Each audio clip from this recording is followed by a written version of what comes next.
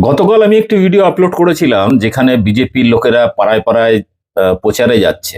মানে এমনি ৫-৭ বছর ধরে তাদের দেখা পাওয়া যায়নি। ঠিক ভোটের সময় হলে রং বেরঙের হলুদ গেরুয়া পাঞ্জাবি পরে গলায় উত্তরীয় লাগিয়ে বিজেপির ঝান্ডা নিয়ে গেরুয়া ঝান্ডা নিয়ে পাড়ায় পাড়ায় প্রচারে যাচ্ছে ভোট ভিক্ষার জন্য। তো বাংলার মানুষ রাজনীতি সচেতন। বিগত কয়েক বছরে বিজেপি কাজকর্ম মানুষ দেখেছে, শুধু ভাওতাবাজি ভুজরুকি ছাড়া আর কিছুই করেনি।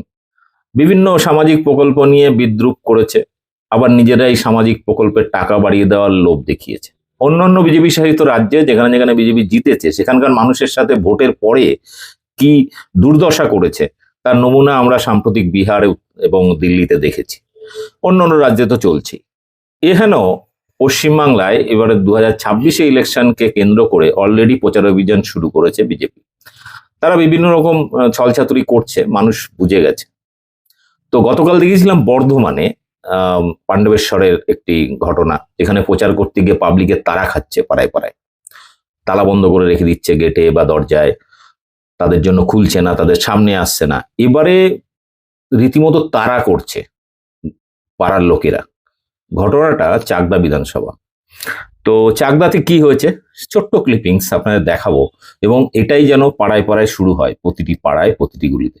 কারণ বিগত ৫-৭ বছরে যাদের দেখতে পাওয়া যায়নি, ভোটের সময় এখন এসে বুজরুকি মারা, ভাওতাবাজি দেওয়ার, এই সমস্ত বাঙালি ভুলবে না। এটা বাংলার মানুষ ভালো করে বুঝিয়ে দেবে। আর উল্টো দিকে আপনার আমার অজান্তে ফর্ম 7 দিয়ে নির্বিচারে মানুষের ভোটাধিকার কেড়ে নেওয়া, নাগরিকত্ব কেড়ে নিয়ে বাঙালিকে শেষ করার যে পরিকল্পনা, তার জবাব হিসাবে এখন থেকে শুরু হোক পাড়ায় পাড়ায় ধনের প্রকল্প। এরপরে 28 তারিখের পরে যখন নাম কাটা যাবে, তারপরে এদেরকে খুঁজেই পাওয়া যাবে না। কারণ সমস্ত নেতাকর্মীরা বাড়ি ছাড়া হয়ে যাবে, ভয়ে পালিয়ে যাবে, পাবলিকের প্যাদানির ভয়। তো আপাতত শুরু করে দিন। যেভাবে চাকদায় চলছে দেখুন কিভাবে মানুষ তাড়া করছে তাদের।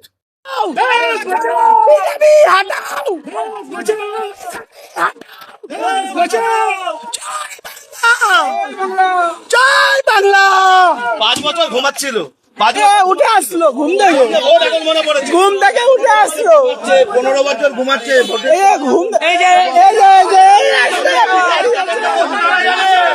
যাদেরকে বলছে তারা জানে। জয় বাংলা।